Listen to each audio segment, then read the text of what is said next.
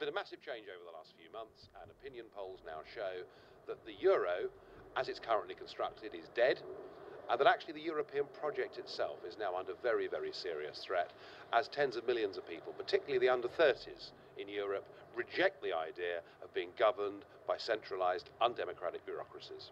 The leaders are unanimously wrong again. They've been wrong about Greece from the very start. She should never have been allowed to join the euro in the first place. She wasn't suited to it. They were wrong to bail her out first time. They're wrong to try and bail her out a second time. And if the Greek Parliament on Tuesday accepts this package, then this time next year I'll be talking to you and there'll be a third bailout. The fundamentals are that Greece is now bust. Her debts are so big she cannot possibly hope to repay them. At some point there is going to be a default. And whilst I accept that that's unpleasant because European banks, French ones in particular, are going to lose money, it's better to take the loss now rather than to force an indebted country to take another 120 billion euros worth of debt. It is completely wrong and mad. So, well, the IMF is in the news, and you were speaking to the crowds in St. Thomas Square, Constitution Square, and you told them that after Greece would come the U.S. That's and right. Lo and behold, in our first headline, IMF downgrades U.S. After raping and pillaging much of the world, the IMF bankers come home to smash and grab what they can from America. I was in Constitution Square speaking to hundreds of folks gathered the day after the big tear gas festival.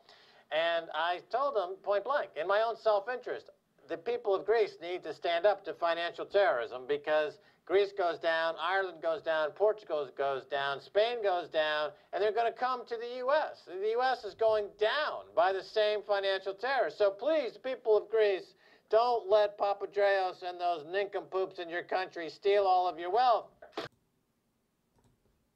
The American economy runs on gas. The more people spend at the pump, the less they spend on everything else, slowing the consumer-driven economy, making voters angry and politicians nervous. Prices have been falling, but they are still considered high.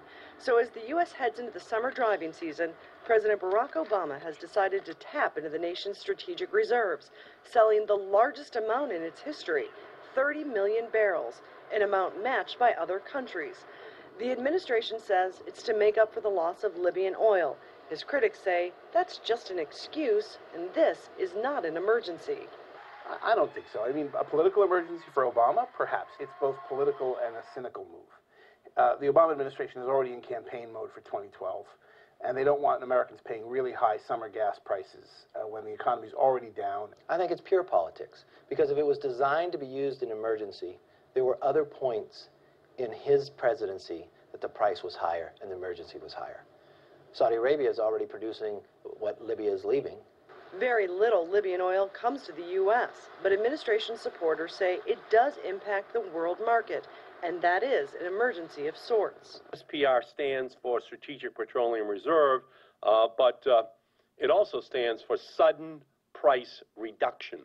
The market had a reaction to the sudden news. The price of crude dropped over $4 to just over $91 a barrel, the lowest it's been since February. Meaning Americans will pay less at the pump, but experts warn only for a little while. Unless we see some complementary reforms addressing the role of speculators in the futures market, for example, we're not going to see a long-term impact on price reduction from this release of strategic petroleum supplies. 30 million barrels of oil is enough to meet U.S. consumption for about a day and a half, but the administration says it will consider selling more in the near future. Patty Culhane, Al Jazeera, Washington. Hello everyone, welcome to Global Government News. Today is Friday, June 24th, 2011, and I'm Darko. This is my website, www.ggnonline.com. That's ggnonline.com. I'll be posting a new poll there to the left later on today. And for new listeners, you can follow me here on eBlogger to the right there, or Facebook if you go all the way down to the bottom here, and you can follow me through this network blog button. All right, I'm starting with the economy here. And first up, we have Dow drops 7th time in 8 weeks, and it says here, the Dow Jones Industrial Average declined 115 points or 1%, led lower by Cisco, which dropped 54 cents. The S&P's 500 stock index dropped 15 points. And moving on here, the Nikkei gains 0.85% on eased Greek concerns, and oil prices fall. We also have Treasury yields fall to 2011 low on concerns Europe's debt crisis worsening. Treasury notes rallied, pushing yields to this year's low as U.S. stocks fell on concern of Europe's sovereign debt crisis is getting worse. Then U.S. debt prices rally, but supply looms next week. Treasury prices extended their rally on Friday as more money flowed out of European bonds and equities into safe haven U.S. debt, but traders said prices could fall next week ahead of the scheduled auctions. Then the Chinese yuan weakens against the U.S. dollar on Friday. The euro direction to hinge on Greece vote next week. It was a rough week for the euro, and next week could prove even tougher one if Greece's parliament does not approve a package of austerity measures. And commodities, I usually go through this briefly. You can check out most of the links will be posted. I had some technical issues on the last video there, so. But if you really want to find out what the story is, you usually just type in the headline, do a Scroogle search on it. So, gasoline and Brent crude were both down, and heating oil is down $3.14. Natural gas up almost 36 cents. And moving down here to agriculture, we have cotton. Cotton was up $2.52. Corn down, cocoa down, and coffee up. And then moving down here, we have wheat futures. We're down $11 and $8. Copper, $411, and it says here that it's up almost $6. Gold is at $1,500.90. It was down $19.60, and I'll cover that more here in a second. Silver futures, silver is at $34.65, down 36 cents. And we have this gold post, biggest two-day slump in 7 weeks on rescue plan for Greece. Gold fell, capping the biggest two-day drop in 7 weeks as a pledge by European leaders to stabilize the region's economy, slash demand for the precious metal as a haven. Then Brent falls as Eurozone woes dollar pressure. Brent crude prices fell 2% on Friday as Europe's debt problems and a dollar index rebound extended oil's declined a day after consuming nations announced they were tapping strategic reserves. And it was weird because what it sounded like in that video is that they're actually they're using the United States as oil reserves to fill in for Libya. Basically, it's not even going to go to the U.S. It's going to go to the world economy, right? And that's how you have to think, because, you know, like we said before, nationalism pretty much is dead in the eyes of the powers that be and those that actually run the show here. So they just take your oil, and it makes you wonder if there really is a problem with the supply, and that you know, they're over there doing what they're doing in Libya to get the oil. And come on, I want this thing to close. It keeps doing that. All right, let's try that again. Man, these things are annoying, aren't they? But either way, yeah, you know, to go in there and they want to take Libya's oil. So, and it says here, and of course they're always going farther and farther out in the sea for oil exploration. So Obama takes flack for tapping emergency oil reserves. And then we have here, and I do believe it's a political stunt also to gain support, just like the Afghan drawdown. So there's that too. Factbox, how much is 60 million barrels of oil? And you go down here, excuse me, and it says here that 8.3%, it is the equivalent of 8.3% of the U.S. Strategic Petroleum Reserve, which currently stands at 726 million barrels. So it is a significant amount. It says here 1.6 billion. It's just 3.75% of all emergency stocks held by the 28 member countries of the IEA, which currently totaled around 1.6 billion barrels. And if you look over here, it says here it's just over 3 days of total U.S. oil consumption, or 6.5 days of U.S. gasoline demand. And so that's how long it's going to actually help, which is not very significant at all. It says here, why are food prices rising so fast? And you go down here, it says some recent statistics compiled by the Bureau of Labor Statistics are staggering. It says here, according to a recent CNBC article, over the past year, many of the most popular foods in America have absolutely soared in price. Coffee, for instance, is up 40%, celery 28%. It says here, while butter prices rose 26%. Rounding out the top 5 are bacon at 23% and cabbage at 23%.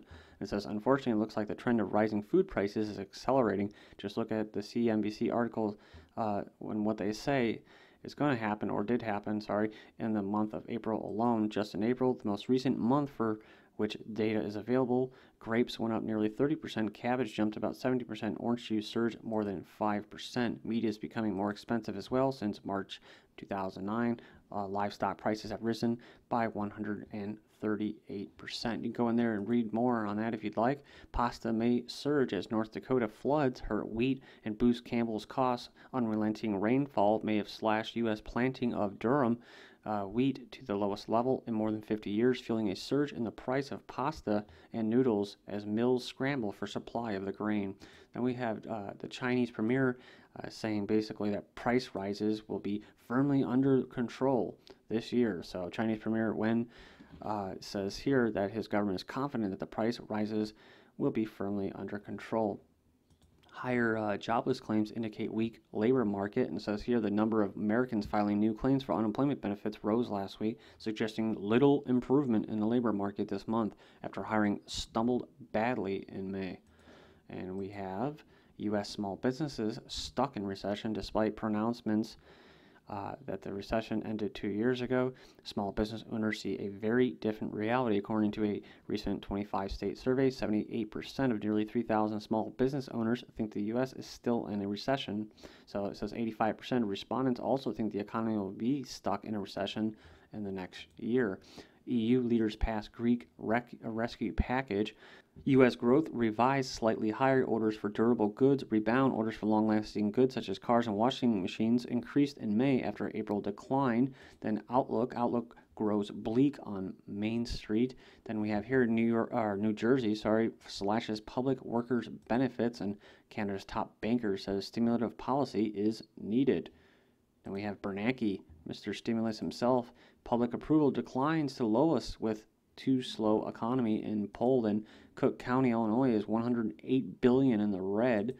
Asia's millionaires overtake Europe, report says, and rich pickings in Australia as millionaire ranks swell. Australia has 192,900 millionaires, says a report, and it says here house prices have helped. China's manufacturing sees sizable downturn, and that's because people in America and around the world are hurting, and they don't have even the money for their cheap goods. Emerging markets to account for 80% of future global growth. And war, says here, New York Fed says it won't say how much money went to Iraq. The New York Fed is refusing to tell investigators how many billions of dollars it shipped to Iraq during the early days of the U.S. invasion there. The Special Inspector General for Iraq Reconstruction told CNBC on Tuesday Libya war cost UK taxpayers £260 million.